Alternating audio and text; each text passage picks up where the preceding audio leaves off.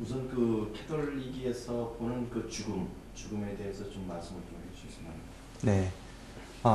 뭐 가톨릭을 포함한 우리 그리스도교 신앙 안에서 죽음은 어떤 삶의 끝이 아니라 물론 이 세상에서는 어떤 끝이겠지만 새로운 생명 그리고 또 영원한 생명의 시작이라고 보고 있고요. 우리 생명의 주인은 하느님이시다. 창조주이시다. 그래서 우리가 온 곳으로 다시 돌아간다. 우리에게 생명을 주신 분들 다시 돌아간다. 이런 개념이 있지요. 그래서 죽음은 이 세상에서 우리가 하느님이 주신 생명을 허락하신 생명을 다 살아내고 그 다음에 그 생명을 다 마치고 돌아가서 그 삶을 잘 살았느냐, 어떻게 살았느냐 이런 거를 평가받는 어떤 그런 시간이다. 그렇게 보고 있습니다. 우리 일반적으로 그 사람들이요. 네. 이제 그 자살을 하게 되는데 그 자살을 하는 이유 중에 하나가 내 몸은 내 것이니까 내가 훼손한다 이렇게 어떤 뭐 죽을 권리도 있다라고 보는데 여기에 대해서 그러니까 캐톨릭에서 어떻게 보고 있는지요? 네. 생명의 주인은 하느님이시다. 그래서 생명은 내가 내 마음대로 할 수 있는 것이 아니라 주인의 뜻대로 해야 된다. 이것이 가톨릭교의 가르침입니다. 그렇다면은 생명의 주인께서 우리에게 생명을 맡겨주셨기 때문에 우리는 그 생명을 관리할 어떤 그런 책임이 있다는 것이죠. 내가 주인이 아니라 관리자인데 주인의 뜻과는 다르게 그 내가 관리하도록 부여받은 또 선물로 받은 것을 함부로 해서는 안 된다라는 것이죠.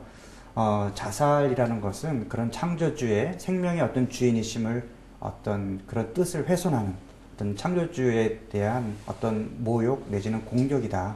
이런 의미에서 죄라고 보고 있습니다. 그 우리 사회가 지금 그 자살 때문에 큰 고치를 앓고 있고 사회 문제가 되고 있습니다. 우리 주변에는 지금도 지금 자살하려고 하는 예비자들이 많이 있거든요. 네. 신부님으로서 한 말씀 그 사람들한테 자살 예방 차원에서 좀 도움 말씀을 주신다는 좀 말씀 주시죠. 네.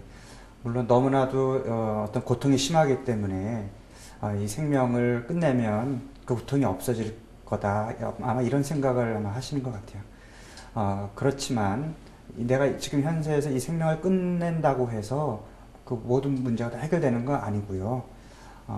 분명히 내가 아까도 말씀드린 것처럼 이 생명의 주인이 하느님이시라면 그 생명을 우리에게 주신 분의 어떤 뜻이 있을 것이고 그 고통마저도 분명히 어떤 뜻이 있다는 것.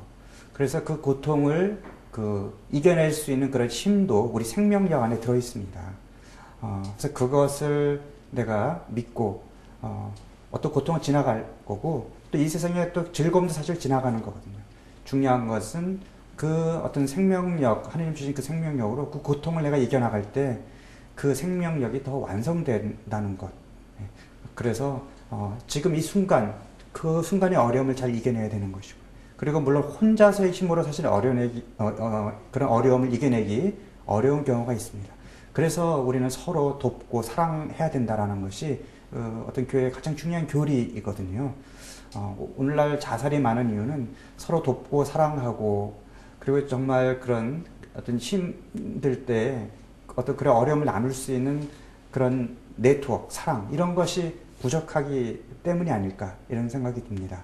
그래서 그런 어떤 사랑을 회복하는 것, 그래서 이웃끼리 돕고 가족끼리 더 잘 서로 보듬어주는 어떤 그런 분위기를 만들어 나가는 것이 굉장히 중요합니다. 개인적인 치유 방법도 되겠습니다만, 우리 사회에 자살이 이렇게 많은 거는 어떤 그 사회가 각박해지고 네. 또 그러니까 그 각박해지면 그 지나친 경쟁 또 생명의 소중함을 모르는 그런 물질적 가치관 그런 거라고 그러는데 캐톨릭에서는 우리 자살이 공화국이라고 할 수 있는데 한국의 문제점이 뭐라고 보십니까? 네, 우리 사회가 이렇게까지 어떤 생명을 경시하고 자살이 늘어나고 또 출산율도 세계에서 가장 적고 낙태도 많이 하고 이런 근본적인 그런 이유는 제가 보기에는 1960년대 이래 경제 개발을 한다 그러면서 굉장히 강력하게 산화 제한 정책하면서 피임, 낙태 이런 거를 사실 정부에서 장려를 했습니다. 사실 그 살아있는 인간 생명을 내가 경제의 어떤 방해가 된다. 우리가 먹고 사는데 입 하나 줄인다는 어떤 그런 차원에서 그걸 제거를 했습니다. 그것이 사실 알게 모르게 우리 사회의 어떤 생명 경시 풍조가 만연한 그 근본적인 이유고요. 생명보다 나의 이익, 물질, 어떤 존재로, 어떤 가치관으로 올바르게 살아가느냐가 중요한 게 아니라 남을 무조건 경쟁에서 이기면 된다. 나만 잘 살면 된다. 어떤 이런 사고가 우리가 알게 모르게 팽배해 있습니다. 그런 어떤 정신적인 그런 우리 사회의 가치들이 땅에 떨어지면서 자연히 인간의 생명마저도 물질처럼 가볍게 여기는, 우리 물건 같은 거 함부로 할 수 있잖아요. 사람마저도 이제 함부로 할 수 있는, 사람의 생명마저도 그냥 다른 어떤 우리가 물건을 이렇게 소비하듯이 이렇게 함부로 하는 그런 어떤 정신의 가치가 떨어진 어떤 그런 것이 굉장히 중요한 원인이라고 생각합니다. 그래서 우리 이제 삶의 그런 방식들을 바꿔야 된다고 생각이 들고요. 그리고 또 한 가지는 우리가 굉장히 너무나 쉽게 편하게 살아가는 게 익숙해져 있습니다. 그것은 무슨 얘기냐면 조금이라도 힘들면 견디지 못하는 거예요. 과거에 우리 그 부모님 세대에 전쟁을 겪고 가난을 겪고, 그래도 그분들은 강인한 의지, 정신력, 그리고 또 가난해도 서로 이렇게 돌봐주는 그런 마음으로 그런 어려움들을 잘 이겨냈어요. 그런데 지금 뭐 젊은 세대들 특히 너무나 이제 그 물질적인 풍요 속에서 자라왔기 때문에 그런 어려움들을 견뎌낼 수 있는 정신력이 굉장히 약하다는 거예요. 그래서 특히나 이제 군대나 그 전위경에서 자살자가 많다고 그러거든요. 훈련도 힘들고, 그래서 그런 정신력을 키워내는 그런 어떤 그런 교육, 이런 것이 필요하지 않을까, 이런 생각을 해봅니다. 취재를 하면서 느낀 건데요. 네. 이런 그 정신적인 황폐화를 앞서 그 뭐 정부나 사회가 그렇게 지금 가고 있지만, 종교가 이럴 때일수록 그 정신적인 그 갈증과 황폐를 막기 위한 윤활제 역할을 해야 된다거든요. 네. 거기에 대해서 어떻게 생각하십니까? 네, 그 부분에 대해서는 사실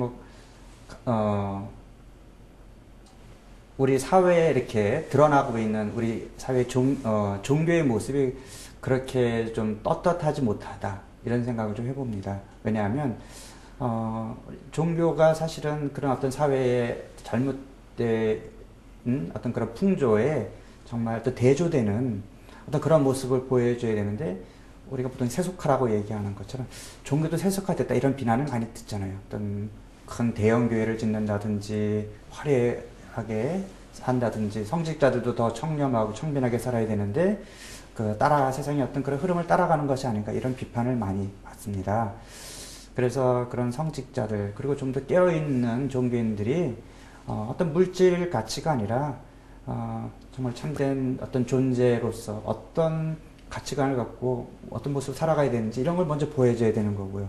그런 의미에서 좀 더 좀 소박하게 살면서 어려운 사람들, 가난한 사람들을 위해서 교회가 더 앞장서는 그런 모습을 이제 보여줘야 되고요. 적어도 그래도 신앙이 있는 사람들은 생명을 존중하고 이렇게 어려운 처지에 있는 약한 사람들을 도와주는, 우리가 이제 생명이라고 얘기할 때 어떻게 말하면 다 인간을 이야기하는 거거든요. 약한 인간, 그런 그 연약한 생명들을 아무리 그것이 보잘것없더라도 인간이기 때문에, 생명이기 때문에 돌볼 줄 아는 이제 그런 풍토를 이제 만들어가야 됩니다. 불교에서도 지나가는 바닥에 있는 작은 풀 하나라도 함부로 밟지 않고, 그런 작은 생명체라도 함부로 하지 않고 존중하는 어떤 그런 전통이, 그런 가르침이 있어 온 것처럼, 지금 그런 어떤 아름다운 어떤 전통적인 가치관들이 많이 훼손됐다. 그래서 이런 것들을 종교인들이 먼저 모범을 보여줘야 된다고 생각합니다. 예, 오늘 말씀 고맙습니다. 네, 고맙습니다.